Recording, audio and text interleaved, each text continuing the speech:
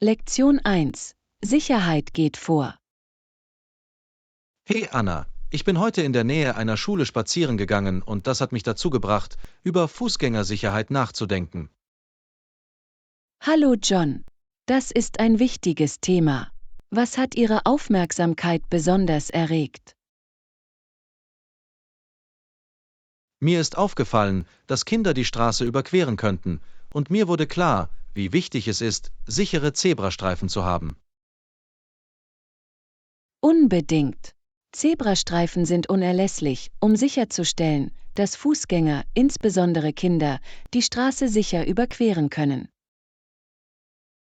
Richtig. An einigen Orten gibt es helle Schilder und Signale, während es an anderen Orten anscheinend nicht richtig sichtbar ist. Ja, und es liegt oft in der Verantwortung der Fahrer, vorsichtig zu sein, insbesondere in Schulgebieten. Definitiv. Ich werde immer langsamer, wenn ich eine Schule in der Nähe sehe. Es geht darum, wachsam und bewusst zu sein. Das ist eine tolle Angewohnheit. Haben Sie jemals eine Situation gesehen, in der Sicherheitsmaßnahmen fehlten? Habe ich. Ich habe einmal Kinder gesehen, die versuchten, eine stark befahrene Straße zu überqueren, ohne dass Zebrastreifen in der Nähe waren. Es war besorgniserregend. Das klingt gefährlich. Es unterstreicht die Notwendigkeit, dass Gemeinden in eine angemessene Infrastruktur investieren. Genau. Klare Markierungen und eine angemessene Beleuchtung können einen großen Unterschied bei der Vermeidung von Unfällen ausmachen. Und Bildung spielt auch eine Rolle. Es ist wichtig, Kindern etwas über Verkehrssicherheit beizubringen. Ja, Schulen können Programme organisieren, um Kindern zu vermitteln, wie man sich sicher auf Straßen bewegt. Das ist eine fantastische Idee. Je besser Sie informiert sind, desto sicherer werden Sie sein, wenn Sie Straßen überqueren. Ganz gewiss. Es ist auch wichtig, dass Eltern ein sicheres Verhalten vorgeben, wenn sie mit ihren Kindern spazieren gehen. Unbedingt. Kinder lernen mit gutem Beispiel. Daher ist es wichtig, sichere Praktiken zu demonstrieren. Apropos, ich erinnere meine jüngeren Geschwister immer daran, in beide Richtungen zu schauen, bevor sie die Straße überqueren. Das ist eine gute Praxis. Das ist eine einfache Erinnerung, die Leben retten kann. Das ist es wirklich. Und ich denke, Gemeinden sollten Veranstaltungen veranstalten, um das Bewusstsein für Fußgängersicherheit zu schärfen. Was für ein toller Vorschlag! Das Engagement der Gemeinschaft kann eine Kultur der Sicherheit und Verantwortung fördern. Genau. Die Schaffung einer sichereren Umgebung kommt allen zugute, nicht nur Fußgängern. Und es ermutigt die Menschen, mehr zu laufen, was auch gut für die Gesundheit und die Umwelt ist. Das ist wahr. Es ist eine Win-Win-Situation, wenn wir der Sicherheit in unseren Gemeinden Priorität einräumen. Lektion 2. Auf dem richtigen Weg. Hey Anna, ich war neulich unterwegs und habe mich verirrt, als ich versucht habe, den nächsten Bahnhof zu finden. Hallo John. Das muss frustrierend gewesen sein. Hast du jemanden nach dem Weg gefragt? Hab ich. Ich ging auf einen Passanten zu und sagte, Entschuldigung, können Sie mir sagen, wie ich zum nächsten Bahnhof komme? Das ist eine gute Art, um Hilfe zu bitten. Was haben Sie gesagt? Sie waren wirklich hilfreich. Sie wiesen mich in die richtige Richtung und gaben mir sogar einige Sehenswürdigkeiten, nach denen ich Ausschau halten musste. Das ist großartig. Es ist so hilfreich, wenn Leute bestimmte Landmarken angeben. Das erleichtert die Navigation. Genau. Sie erwähnten eine große Buchhandlung als Bezugspunkt. Ich fand es ziemlich nützlich. Buchhandlungen sind oft gute Wahrzeichen. Sie sind in der Regel groß und auffällig. Richtig. Ich folgte Ihren Anweisungen und fand den Bahnhof schließlich ohne weitere Probleme. Wie erleichtert musst du dich gefühlt haben? Hast du es pünktlich an deinem Ziel geschafft? Zum Glück ja. Ich habe meinen Zug gerade noch rechtzeitig erwischt. Es war ein ziemliches Abenteuer. Es klingt so. Hast du etwas aus dieser Erfahrung gelernt? Das habe ich auf jeden Fall getan. Mir wurde klar, wie wichtig es ist, um Hilfe zu bitten, anstatt ziellos umherzuwandern. Das ist eine wertvolle Lektion. Manchmal sind die Leute mehr als bereit zu helfen, wenn sie nur fragen. Genau.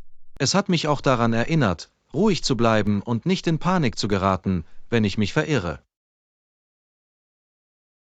Ruhig zu bleiben kann dir wirklich helfen, besser zu denken und klarere Entscheidungen zu treffen. Stimmt. Jetzt habe ich immer eine Karte dabei oder verwende eine App, die mir beim Navigieren hilft, wenn ich neue Orte erkunde.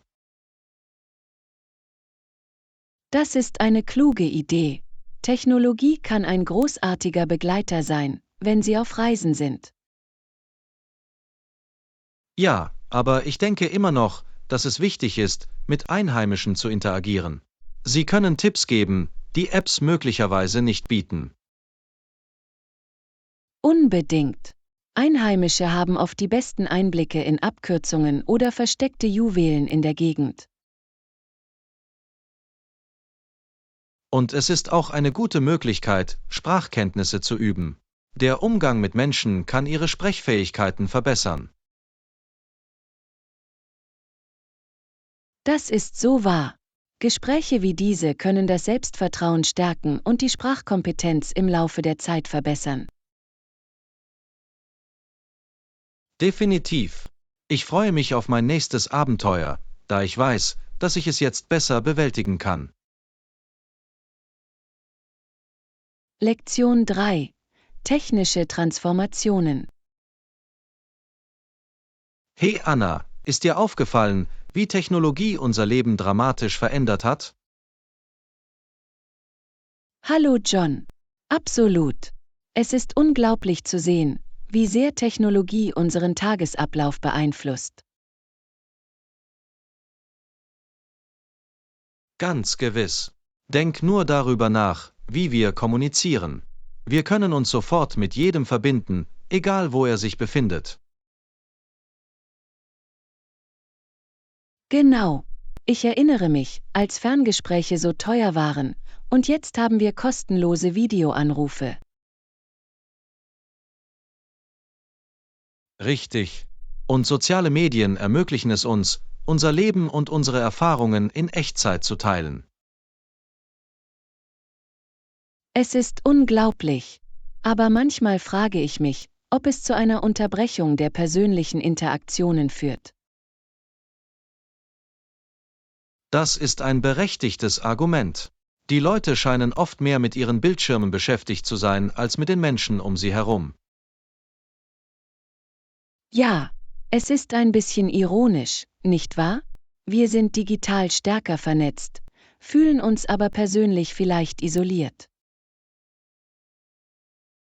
Stimmt. Das Gleichgewicht zwischen Online- und Offline-Interaktionen ist für unser Wohlbefinden unerlässlich.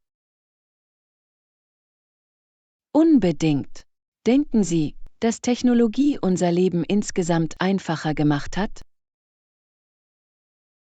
Ich glaube schon, aber es bringt auch seine eigenen Herausforderungen mit sich. Zum Beispiel kann der ständige Informationsfluss überwältigend sein. Das ist eine großartige Beobachtung.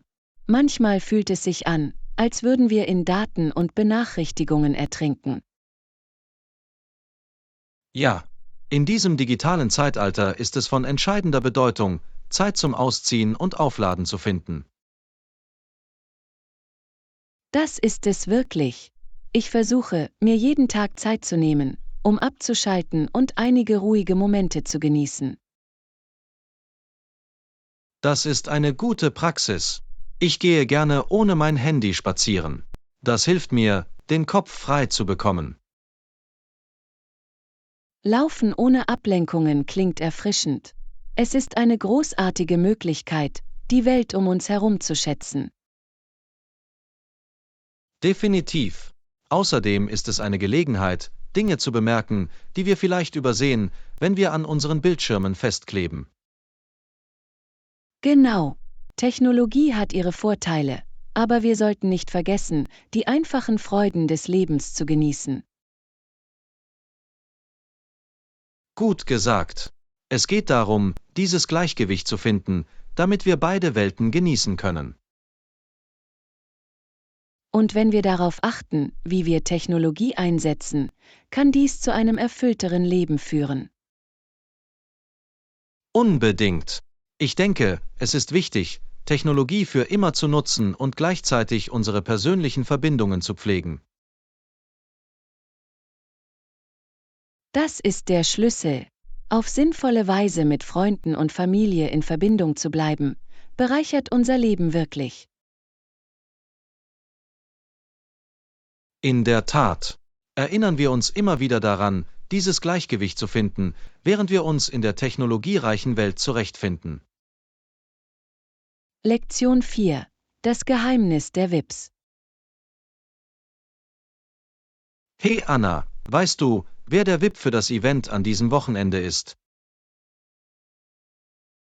Hallo John. Ich habe einige Gerüchte darüber gehört, bin mir aber nicht ganz sicher. Warum fragst du? Ich bin nur neugierig. Ich frage mich, warum sie so wichtig sind, dass sie eine Sonderbehandlung bekommen. Das ist ein gutes Argument. VIPs erhalten oft zusätzliche Aufmerksamkeit, aber das kann von Veranstaltung zu Veranstaltung variieren. Genau. Manchmal geht es um ihren Status oder ihre Beiträge zu einem bestimmten Bereich. Ja, zum Beispiel könnte ein berühmter oder einflussreicher Führer aufgrund seiner Wirkung als VIP betrachtet werden. Richtig. Aber manchmal könnte es ein Lokalmatador sein oder jemand, der großartige Arbeit in der Gemeinde geleistet hat. Stimmt. Es ist interessant, wie sich die Definition von VIP je nach Kontext ändern kann. Ich finde es auch faszinierend, wie manche Menschen die Vorteile genießen, die ein VIP mit sich bringt. Definitiv. Von reservierten Sitzplätzen bis hin zu exklusivem Zutritt kann es ziemlich glamourös sein. Ich frage mich, ob sie den Druck verspüren, diesem Status gerecht zu werden. Das ist eine durchdachte Frage. Es ist wahrscheinlich, dass sie sowohl mit Vorteilen als auch mit Erwartungen konfrontiert sind. Ja, es muss ein Balanceakt sein, ihr Image zu wahren und gleichzeitig authentisch zu sein. Genau. Glaubst du, wir würden unseren VIP anders behandeln, wenn wir die Gelegenheit dazu hätten? Ich denke, das hängt von der Person ab. Manche möchten vielleicht einfach wie jeder andere behandelt werden. Sehr wahr. Manchmal kann Echtheit mehr bedeuten als ein besonderer Titel oder eine besondere Behandlung. Ich stimme zu. Es ist wichtig, sich daran zu erinnern, dass jeder seine eigene Geschichte hat, ob VIP oder nicht. Gut gesagt. Vielleicht sollten wir uns darauf konzentrieren, die Veranstaltung zu genießen und von allen Anwesenden zu lernen. Unbedingt. Es ist eine großartige Gelegenheit, unabhängig vom Status eine Verbindung herzustellen. Genau. Wer weiß. Vielleicht treffen wir jemanden, der inspiriert, ohne zu merken, dass er ein VIP ist. Das ist das Schöne an solchen Veranstaltungen. Jeder hat etwas Einzigartiges zu bieten. Lektion 5. Lachen ist die beste Medizin. Hey Anna, ich habe gerade einen Witz gehört, der urkomisch klingt. Oh wirklich. Ich liebe ein gutes Lachen. Was ist der Witz? Warum vertrauen Wissenschaftler Atomen nicht? Weil sie alles erfinden. Das ist großartig. Ich liebe kluge Wortspiele. Hast du noch andere Vorschläge? Sicher. Hier ist noch einer. Warum hat die Vogelscheuche einen Preis gewonnen? Weil er auf seinem Gebiet herausragend war. Das ist ein Klassiker. Ich schätze Wortspiele immer. Sie sind so entzückend. Wortspiele verleihen Witzen wirklich eine lustige Wendung. Hast du in letzter Zeit irgendwelche guten gehört? Ja, ich habe kürzlich gehört. Ich habe meinem Computer gesagt, dass ich eine Pause brauche, und jetzt hört er nicht auf, mir KitKat-Werbung zu schicken. Das ist clever. Es ist lustig, wie Technologie manchmal Sinn für Humor haben kann. Richtig. Es ist, als ob unsere Geräte versuchen, einen Bezug herzustellen. Glaubst du, Humor hilft uns, mit anderen in Kontakt zu treten? Unbedingt. Gemeinsames Lachen kann das Eis brechen und Bindungen schaffen, wodurch Gespräche angenehmer werden. Ich stimme zu. Es ist eine universelle Sprache, die die Stimmung aufhellen kann, egal in welcher Situation. Genau. Ich versuche immer, ein bisschen Humor in meine Gespräche einzubauen. Das macht die Dinge lebendiger.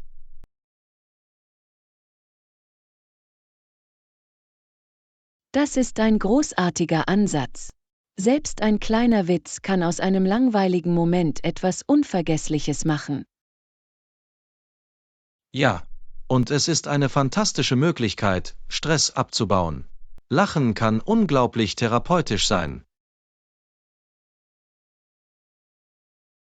Definitiv. Es ist erstaunlich, wie ein gutes Lachen Ihre Perspektive an einem anstrengenden Tag verändern kann. Ganz gewiss. Haben Sie jemals versucht, in einer ernsten Situation mit Humor Spannungen abzubauen? Habe ich. Einmal, während einer Besprechung, habe ich eine unbeschwerte Bemerkung gemacht, und das hat alle sofort entspannt. Das ist eine brillante Strategie. Es zeigt, wie Humor ein mächtiges Kommunikationsinstrument sein kann. Genau. Menschen schätzen oft einen Moment der Leichtigkeit, besonders in stressigen Umgebungen. Ich denke, wir sollten immer ein paar Witze griffbereit haben, nur für den Fall, dass wir die Stimmung aufhellen müssen. Unbedingt. Es ist, als hätte man eine Geheimwaffe, um glücklich zu sein. Hast du einen Lieblingswitz, den du immer mit mir teilst?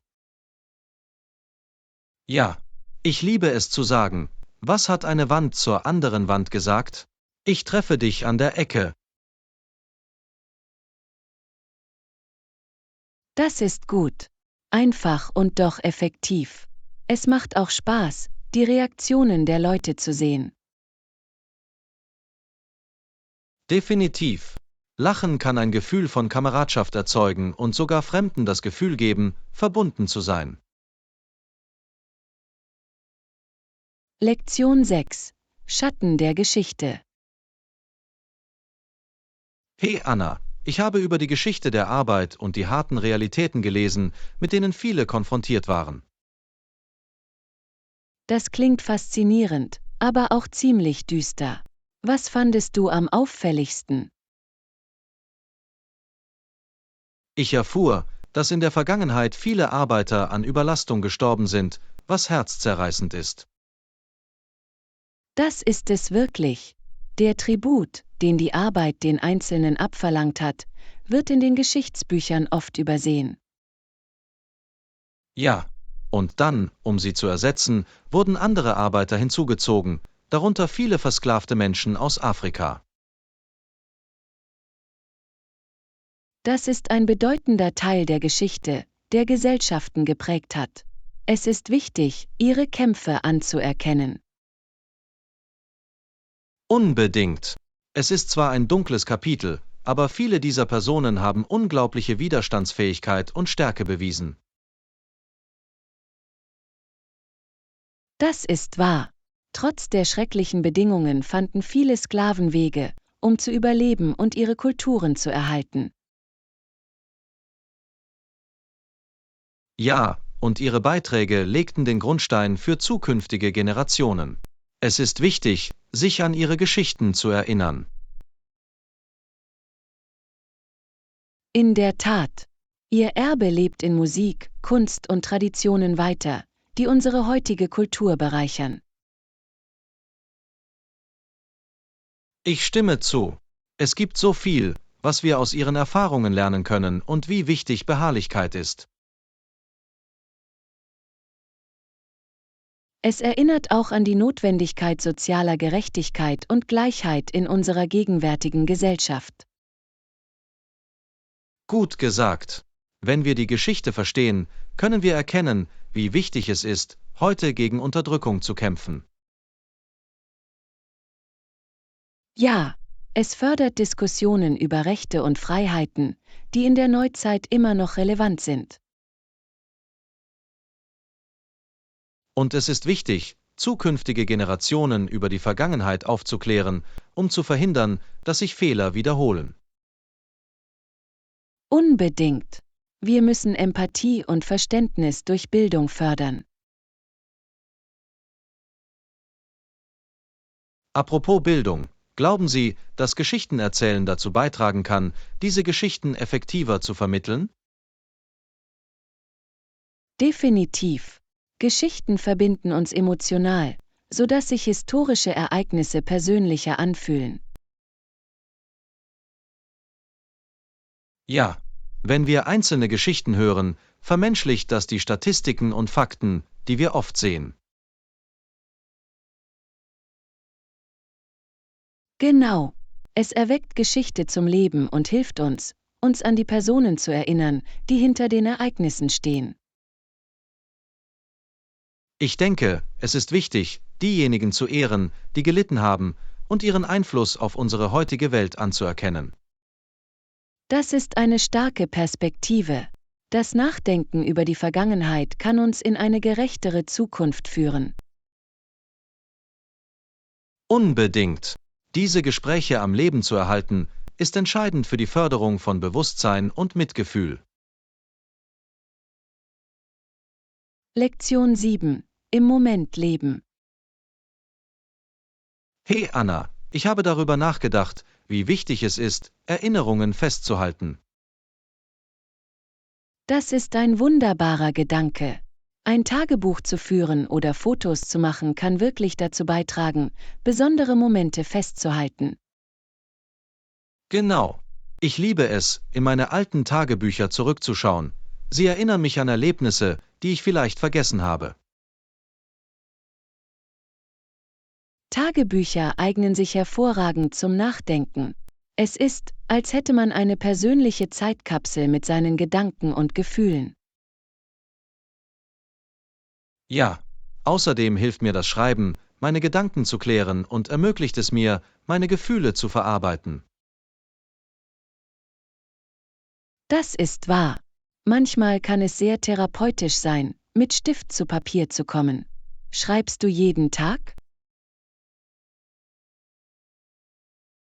Ich versuche es, aber ich finde es schwierig, eine konsistente Routine einzuhalten. Wie steht's mit dir? Ich bin nicht so konsequent, aber wann immer ich mich inspiriert fühle oder ein bedeutendes Ereignis habe, notiere ich es. Das ist ein großartiger Ansatz. Schließlich geht es mehr um Qualität als um Quantität. Genau. Und Fotos sind eine weitere Möglichkeit, diese flüchtigen Momente festzuhalten. Machst du viele Fotos? Das tue ich. Ich liebe es, auf meinen Reisen Fotos zu machen. Sie lassen mich an die Abenteuer denken.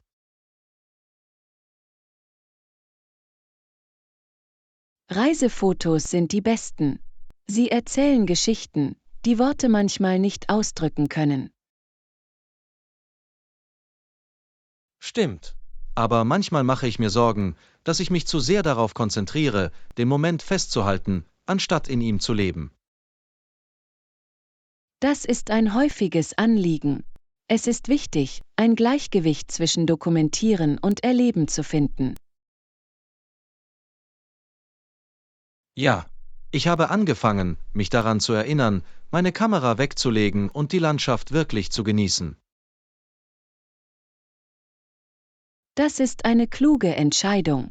Anwesend zu sein verbessert das Erlebnis und schafft tiefere Erinnerungen. Unbedingt. Es geht darum, den optimalen Punkt zwischen dem Genießen und Bewahren des Lebens zu finden. Und denk dran, manchmal sind die besten Erinnerungen die wir nicht mit der Kamera festhalten. So wahr. Diese spontanen Momente erweisen sich oft als die bedeutungsvollsten. Definitiv. Hast du irgendwelche Tipps, um im Moment zu leben und trotzdem Erinnerungen festzuhalten? Ein Tipp, den ich verwende, ist, ein paar Fotos zu machen und dann meine Kamera wegzulegen, um das Erlebnis zu genießen. Das ist eine großartige Strategie. Es kann sich auch lohnen, sich Zeit zu nehmen, um später über diese Erinnerungen nachzudenken.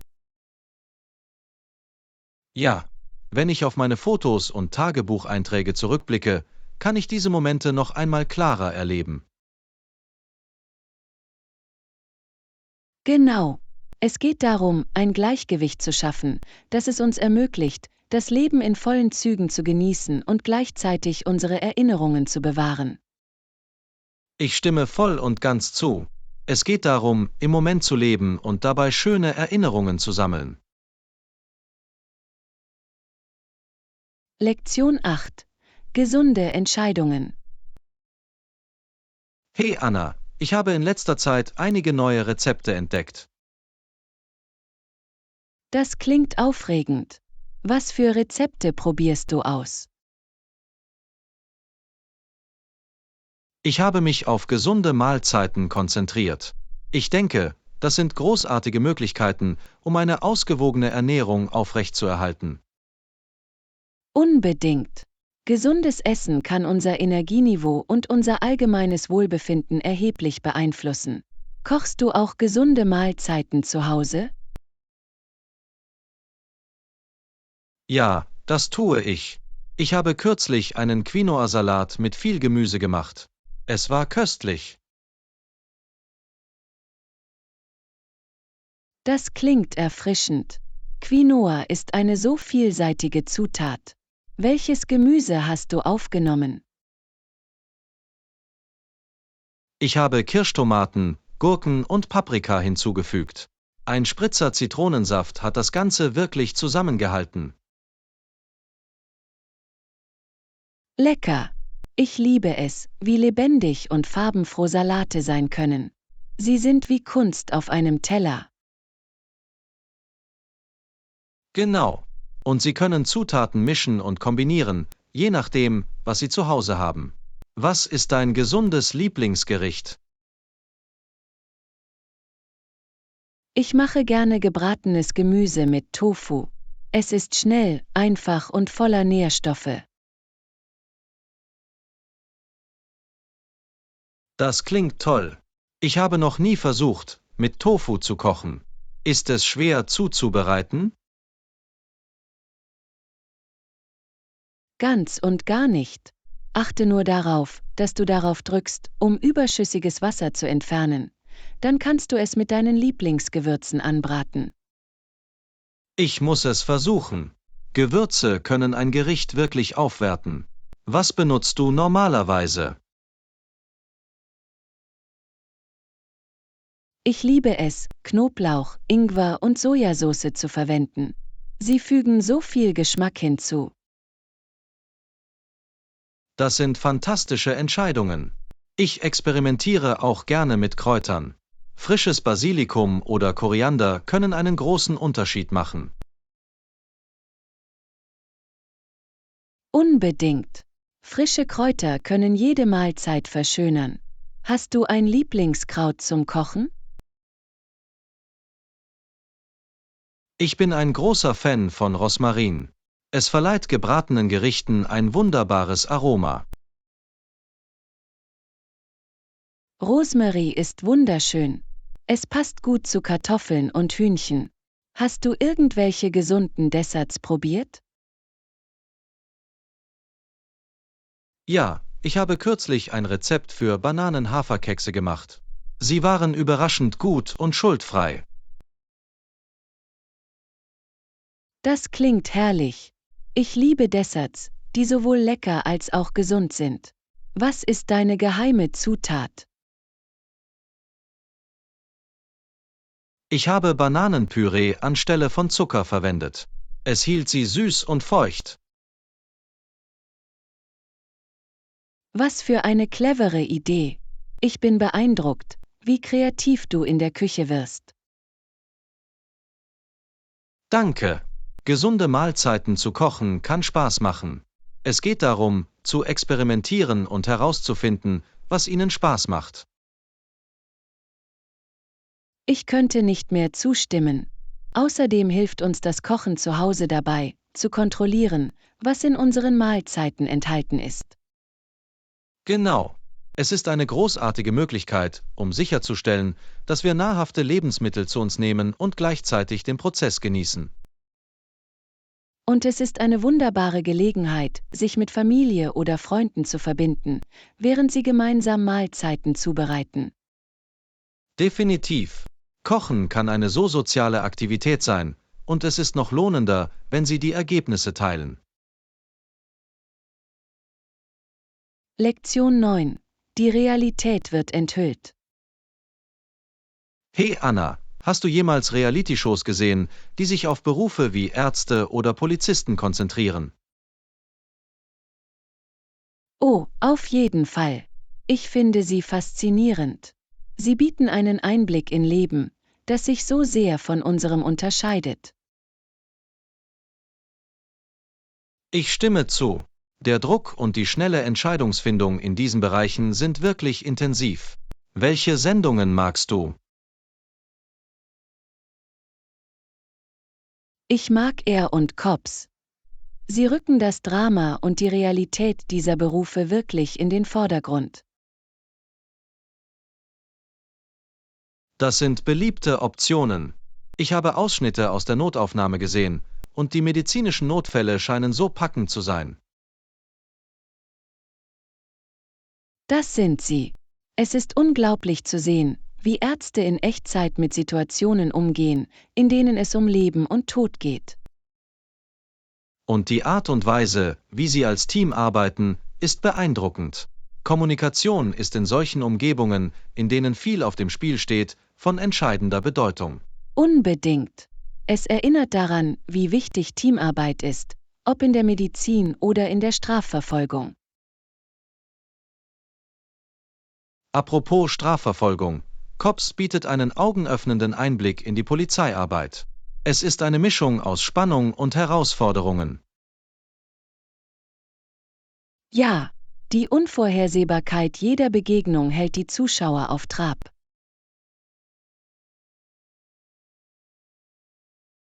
Es wirft auch Fragen zu Ethik und Gemeinschaftsbeziehungen auf. Diese Diskussionen sind wichtig. Definitiv. Sendungen wie diese können zu Gesprächen über Polizeiarbeit und öffentliche Sicherheit führen. Ich denke, sie tragen auch dazu bei, die Beamten menschlicher zu machen, indem sie ihre täglichen Interaktionen mit der Gemeinde zeigen. Genau. Man vergisst leicht, dass es nur Menschen sind, die versuchen, ihre Arbeit in schwierigen Situationen zu erledigen. Denken Sie jedoch, dass diese Sendungen die Realität genau wiedergeben? Manchmal dramatisieren sie Dinge zur Unterhaltung, aber sie beleuchten auch reale Probleme. Das ist wahr. Es kann schwierig sein, Unterhaltung mit informativen Inhalten in Einklang zu bringen. Das kann es wirklich. Aber wenn sie gut gemacht sind, können sie die Zuschauer informieren und sie gleichzeitig beschäftigen. Fühlst du dich jemals inspiriert von dem, was du in diesen Sendungen siehst? Unbedingt. Sie inspirieren mich, die Arbeit zu schätzen, die in diesen wichtigen Berufen steckt. Das Gleiche hier. Es ist eine Erinnerung an die Hingabe und das Opfer, das viele Menschen jeden Tag bringen. Und es macht mir Lust, mehr über diese Bereiche zu erfahren.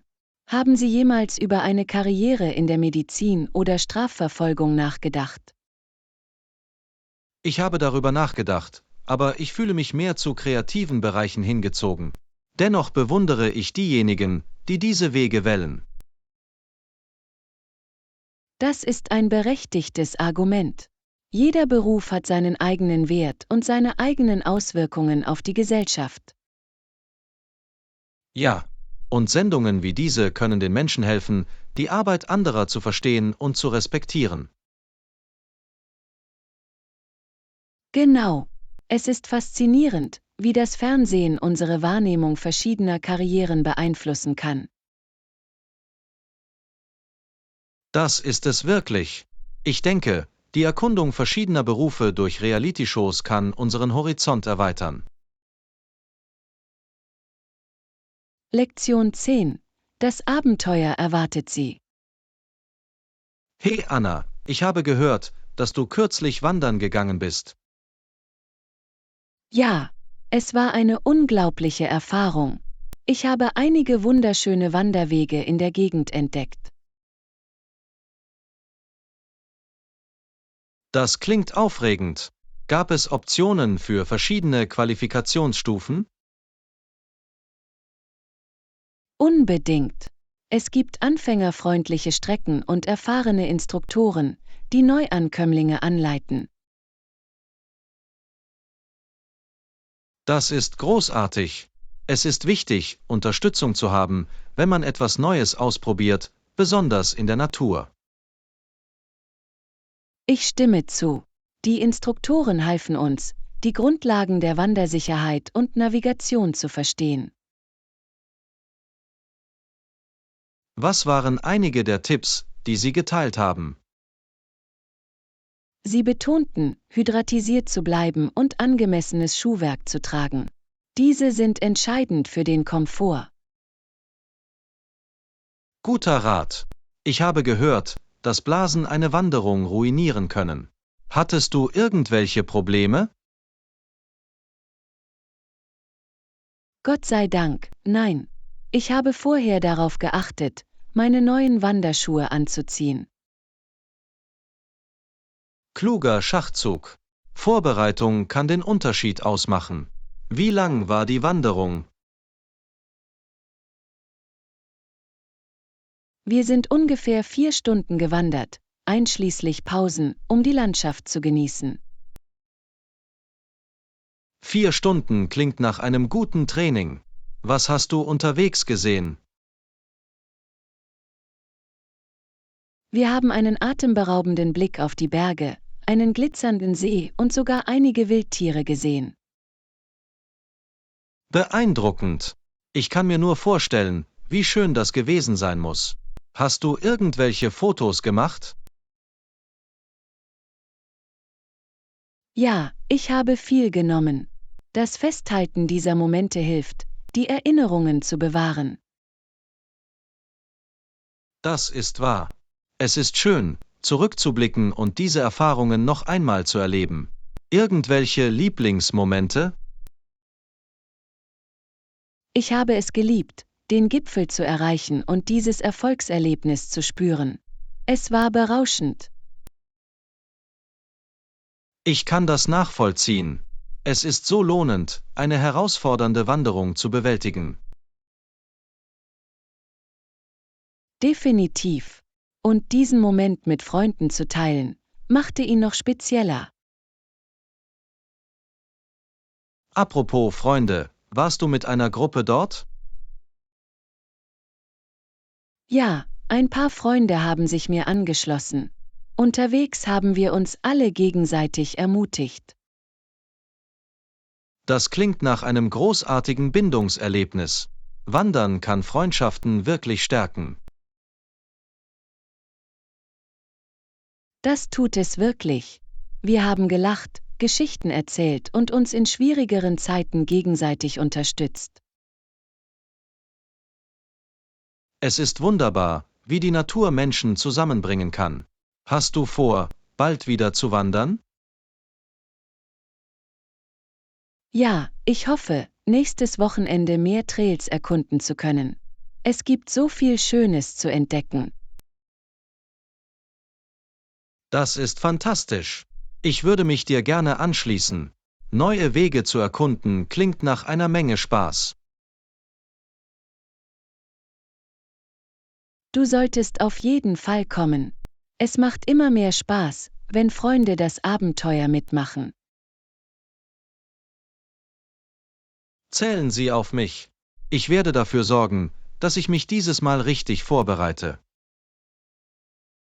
Perfekt. Denken Sie daran, viel Wasser und Snacks zur Energiegewinnung mitzubringen. Das werde ich. Snacks sind unerlässlich, um während einer Wanderung die Stimmung hochzuhalten. Genau. Pausen einzulegen, um einen Snack zu genießen, trägt außerdem zum Gesamterlebnis bei. Ich kann es kaum erwarten. Es klingt nach einem Abenteuer, das wir nicht vergessen werden. Lektion 11. Closet Chronicles. Hey Anna, ich habe in letzter Zeit über meinen Kleiderschrank nachgedacht. Es ist ein bisschen chaotisch. Oh nein, ein chaotischer Schrank kann ziemlich überwältigend sein. Was hast du vor, dagegen zu tun? Ich denke, ab jetzt werde ich es mir zur Gewohnheit machen, meinen Kleiderschrank regelmäßig zu erkunden. Das klingt nach einer fantastischen Idee. Regelmäßiges Aufräumen kann helfen, alles zu organisieren. Genau. Ich vergesse oft, was ich habe, was dazu führt, dass ich immer wieder dieselben Outfits trage. Ich kann das nachvollziehen. Manchmal finde ich Klamotten, die ich völlig vergessen habe. Es fühlt sich an wie eine Minischatzsuche. Das tut es wirklich. Ich habe neulich eine Jacke gefunden, die ich seit Ewigkeiten nicht mehr getragen habe. Es fühlte sich wieder wie neu an. Das ist das beste Gefühl. Die Wiederentdeckung von Kleidung kann zu frischen Outfit-Kombinationen inspirieren. Unbedingt. Hast du jemals versucht, eine Kapsule-Wardrobe zu kreieren? Habe ich. Es ist erstaunlich, wie vielseitig eine kleine Auswahl gut ausgewählter Stücke sein kann. Ich bin fasziniert. Wie hast du entschieden, welche Gegenstände du behalten möchtest? Ich habe mich darauf konzentriert, was ich eigentlich trage und was mich selbstbewusst macht. Das ist ein cleverer Ansatz. Ich denke, ich muss eine ähnliche Denkweise annehmen. Es geht darum, Qualität vor Quantität zu priorisieren. Ein paar großartige Stücke können viel bewirken. Haben Sie Tipps für die Pflege eines organisierten Kleiderschranks? Definitiv. Ich schlage vor, nach Kategorien zu sortieren, wie Hemden, Hosen und Kleider. Das erleichtert das Auffinden von Dingen. Das ist eine kluge Strategie. Ich könnte meine Kleidung sogar farblich kennzeichnen, um einen optisch ansprechenderen Look zu erzielen. Ich liebe diese Idee. Es kann Ihrem Raum ein Gefühl von Kreativität verleihen. Außerdem würde es das morgendliche Anziehen angenehmer machen. Genau. Und vergiss nicht, die Artikel, die du nicht mehr trägst, zu spenden oder zu verkaufen. Das ist eine großartige Möglichkeit, Platz zu schaffen und gleichzeitig anderen zu helfen. Ja, es fühlt sich lohnend an zu wissen, dass jemand anderem gefallen könnte, was sie nicht mehr benötigen. Ich sollte mir dieses Wochenende auf jeden Fall Zeit nehmen, um meinen Kleiderschrank in Angriff zu nehmen. Das klingt nach einem produktiven Plan. Sie könnten sich selbst mit dem, was Sie finden, überraschen. Ich freue mich auf das Abenteuer. Es ist, als würde ich meiner Garderobe einen Neuanfang geben. Und wer weiß, vielleicht stoßen Sie auf einige versteckte Juwelen. Ich drücke die Daumen. Ich werde meine Ergebnisse auf jeden Fall mit Ihnen teilen. Ich kann es kaum erwarten, alles darüber zu erfahren. Es wird Spaß machen, unsere Notizen zu unseren Schrankerkundungen zu vergleichen. Definitiv. Wir können uns gegenseitig inspirieren, unsere Schränke aufregend und frisch zu halten. Lektion 12. Spiele und Gewinne. Hey Anna, hast du die jüngsten Diskussionen über die Olympischen Spiele bemerkt? Ja, einige Kritiker haben behauptet, dass internationale Großveranstaltungen wie die Olympischen Spiele weniger für Sport als vielmehr für Politik und Marketing genutzt werden. Das ist eine interessante Perspektive. Es scheint, dass sich der Fokus im Laufe der Jahre verschoben hat. Das hat es wirklich. Manche argumentieren, dass der Geist des Wettbewerbs von kommerziellen Interessen überschattet wird. Ich kann mir vorstellen, wie das echte Sportbegeisterte frustrieren würde. Was denkst du? Ich denke, es sollte ein Gleichgewicht geben. Die Olympischen Spiele sind schließlich ein Fest sportlicher Leistungen. Definitiv. Es ist eine Gelegenheit für Sportler aus der ganzen Welt, ihre Talente unter Beweis zu stellen. Genau. Aber wenn Patenschaften und Politik ins Spiel kommen, kann das die Wogen trüben. Haben Sie über den Einfluss der sozialen Medien auf diese Ereignisse gelesen? Ja, soziale Medien können sowohl die Aufregung als auch die Kontroversen rund um die Spiele verstärken. Es ist faszinierend, wie Athleten ihre Reisen jetzt direkt mit den Fans teilen können. Unbedingt. Es schafft eine persönlichere Verbindung. Es öffnet aber auch die Tür für Kritik und Prüfung. Stimmt, und manchmal kann das für die Athleten überwältigend sein. Sie müssen so viel Druck aushalten. In der Tat. Es kann eine Herausforderung sein, Leistung mit den Erwartungen der Öffentlichkeit in Einklang zu bringen. Denken Sie, dass das Olympische Komitee seine Herangehensweise an diese Ereignisse überdenken sollte? Ich glaube, sie sollten sich darauf konzentrieren, die Integrität der Spiele zu bewahren und sich gleichzeitig an moderne Einflüsse anzupassen. Das klingt nach einem soliden Plan. Es ist wichtig, die Tradition zu ehren und gleichzeitig Veränderungen anzunehmen.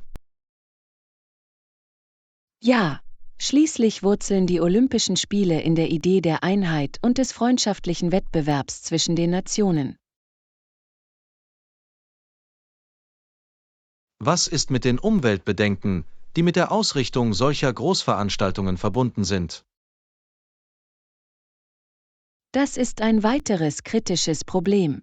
Die ökologischen Auswirkungen können erheblich sein, und Nachhaltigkeit sollte Priorität haben. Ich stimme zu. Es wäre toll, wenn die Olympischen Spiele ein Beispiel für umweltfreundliche Praktiken sein würden. Definitiv.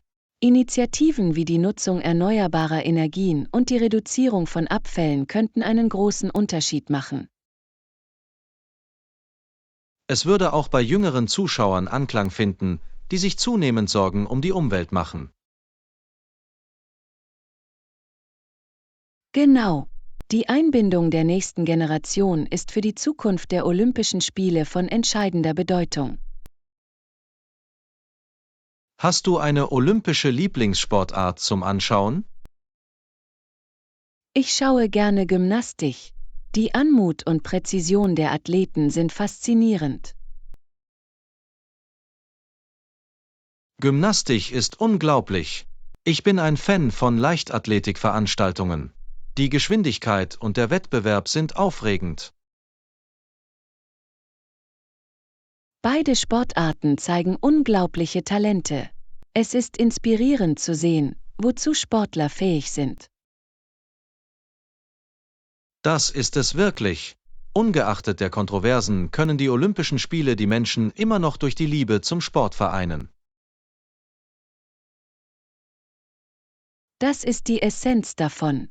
Unabhängig von den Herausforderungen kann sich der Wettbewerbsgeist durchsetzen.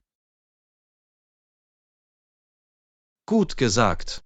Wir hoffen, dass die Zukunft der Olympischen Spiele sowohl Tradition als auch Fortschritt umfasst. Lektion 13. Das Kleingedruckte. Hey Anna, ich denke, es ist an der Zeit, dass wir die Einzelheiten der Partnerschaft besprechen, über die wir gesprochen haben. Unbedingt. Ich stimme zu, dass wir zuerst die allgemeinen Geschäftsbedingungen durchgehen sollten. Großartig.